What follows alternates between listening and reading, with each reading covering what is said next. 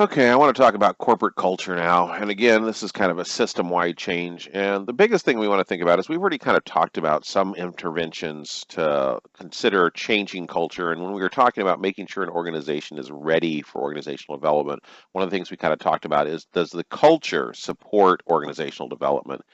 We're really going to focus on a couple of things here. One, another model for identifying whether the corporate culture as it exists is actually helpful or a hindrance to changes that are necessary, and also how to kind of conceptualize what is corporate culture into components that might then be targeted for change. So, what's the definition? A system of shared values held by members that distinguishes one organization from another.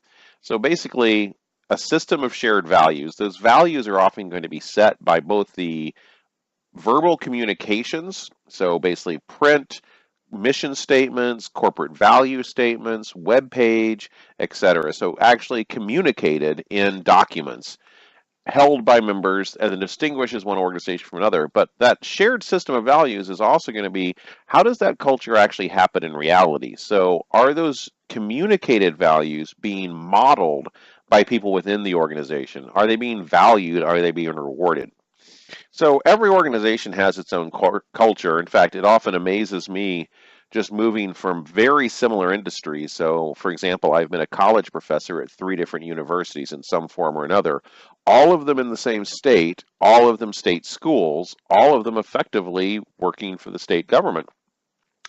Each one has had slight changes in how that culture manifests itself and what the focus on the culture is. So that's a good example of even you can find differences in culture even within a larger organization at particular sites within that organization. So the CEO and manager's actions, not words, really produce culture. So you can definitely try to communicate a culture just through documentation and through communication.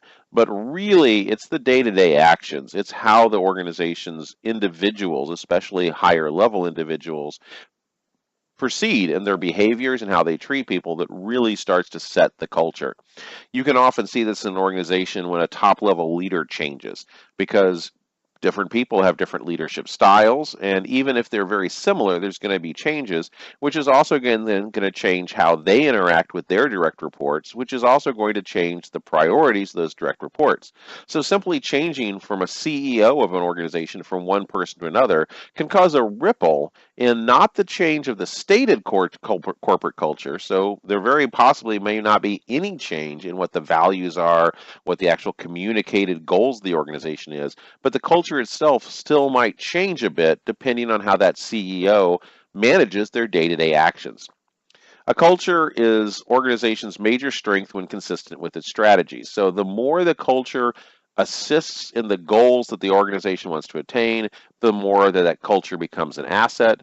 The more the corporate culture actually conflicts with the current goals of the organization, the more that becomes a problem. So what we're really talking about is strategy versus culture fit. So we have to know what the strategy or the current goals of the organization are, and then we have to ask the question, do those fit the current culture?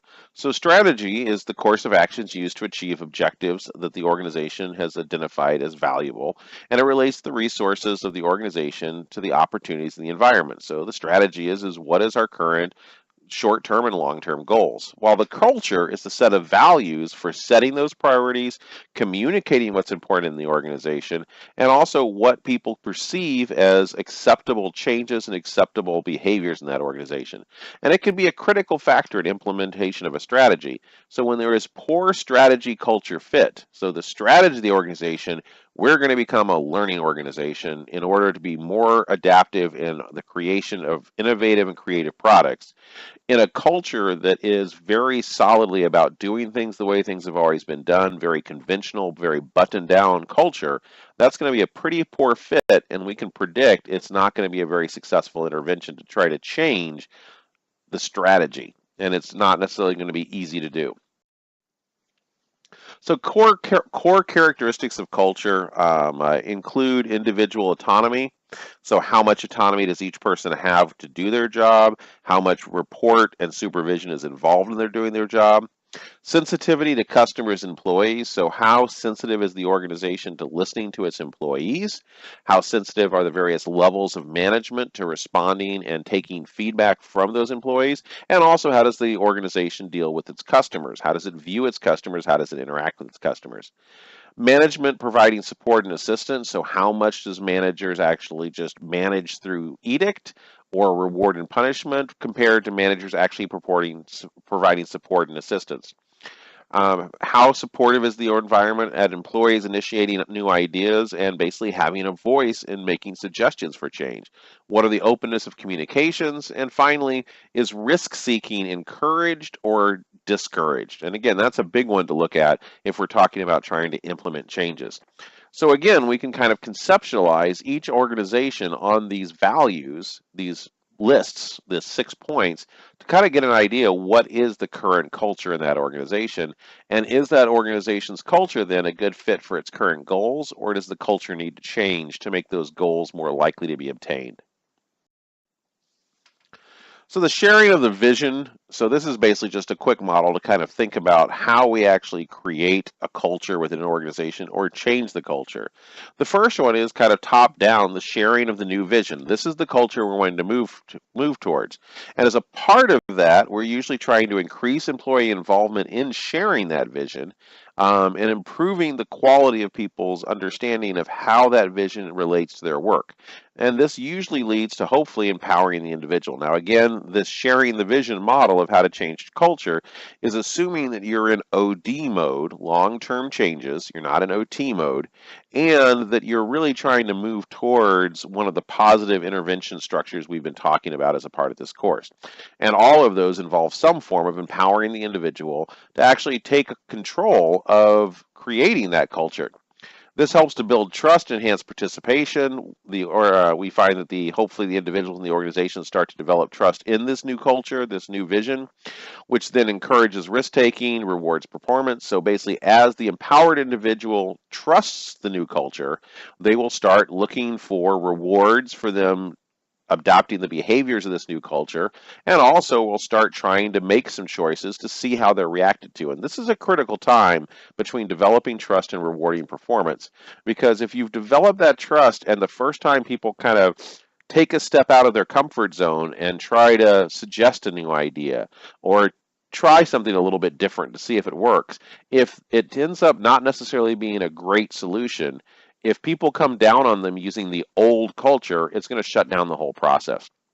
If that performance is being rewarded, not necessarily performance as an objective measure of success, but rewarding the efforts to bring on this new cultural way of communicating and taking risks and being innovative, that encourages further success, increases performance, and the cycle continues. It builds into the vision itself. So we also want to ask how strong or weak the culture is. Strong cultures, the basic values are intensively held and are widely shared. So basically, a very strong culture is going to have very clear values. People understand those values. They're going to be intensely held as a part of the organization, and most people are going to agree what those values are. A very weak culture is often seen in a younger company or a company that's in the middle of an OT transformation, also one that has a lot of high turnover. And again, the basic values are not clearly understood. Different people have different ideas of what the values are. Those that at least understand the values probably don't intensely hold them as a part of their own culture. They don't necessarily see the value of agreeing with them, and also they may not be widely shared in the organization.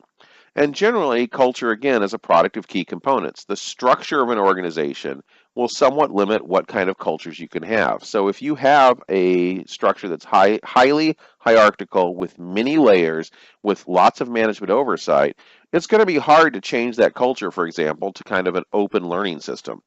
The systems themselves within the organization is going to somewhat structure what kind of culture you have. And finally, the people and the style within the organization is going to have a major impact on the kind of culture you're going to find. So the relatively strength of cultures, we can look at basically the commitment to the organization's culture and the number of members that share those values. And if we look at that as a 2 by 2 grid, we basically end up with 4 kinds of culture: a very strong culture, a very weak culture, and then a moderate but intense culture versus a moderate, stable culture. So for example, if members are commitment to the values is fairly weak, but everyone agrees what they are, that's a moderate culture, fairly stable. If you have very strong commitment to the organization's culture, but only shared by a few people, that's kind of a transformational period, and that's a moderate culture intense. And again, we can talk about each one of these boxes, moderate culture intense, moderate cultural stable, strong culture, and weak culture, to determine how it's going to fit in any kind of change we decide we're wanting to do. So looking at that strategy culture mix, we've got the four boxes. And the first one is basically a managed change or manageable risk. Change is important and compatible with the culture, but we want to use cultural reinforcement as strategies. So basically, we're talking about here that within each box, you're going to have different alternatives in determining how to do strategic change within that culture. So in box one, we're looking at a manageable risk situation where we're managing change. Change is important and it's somewhat compatible with the culture. It should succeed. And we can use the culture to reinforce those strategies. In box two, we need to forge a vision that emphasizes the shared values. So we're reinforcing existing culture, but we're also trying to emphasize the shared values within people. Again, negligible risk necessarily, and we're mainly focusing on reinforcing the culture that exists. In box three, we're managing around cultures. We're looking at manageable risk. Change important, but it's incompatible with present culture. So basically, we want to reinforce value systems, maybe reshuffle power, and use leverage in the organization to try to determine what's the best kind of way that we can move forward with the actual culture that exists there. And the box is four, change strategy to fit cultures and unacceptable risk. Change is important but incompatible with the culture, and changing the culture in this case is going to be an explosive long-term process that may tend out to be impossible, especially by the time you're done trying to change the culture. Whatever you are needing to intervene as far as a strategy may no longer even be an issue. So coming back to that strategy cultural matrix box, we can kind of see these four boxes. That managing change is fairly easy when we have high commitment and a high number of people are there, as long as that culture and that strong culture is in line with the changes that need to happen. And then we have the reinforcing culture in box two, the manage around culture in box three, and change the strategy in box four.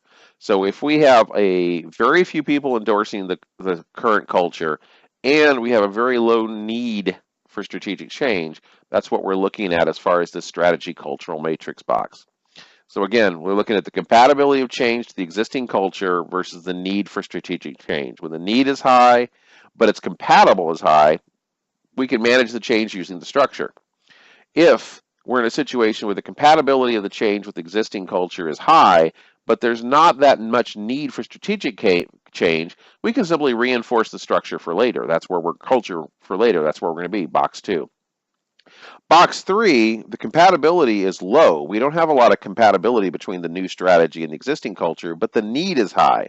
And that basically means we need to manage around that culture. We need to recognize that culture may change eventually, but currently we're going to have to kind of end round around the culture to get successful strategy change. And finally, if the need for strategic change is low, but there's also a low compatibility with the existing culture, it may be easier to change the strategy than trying to impact a change in culture.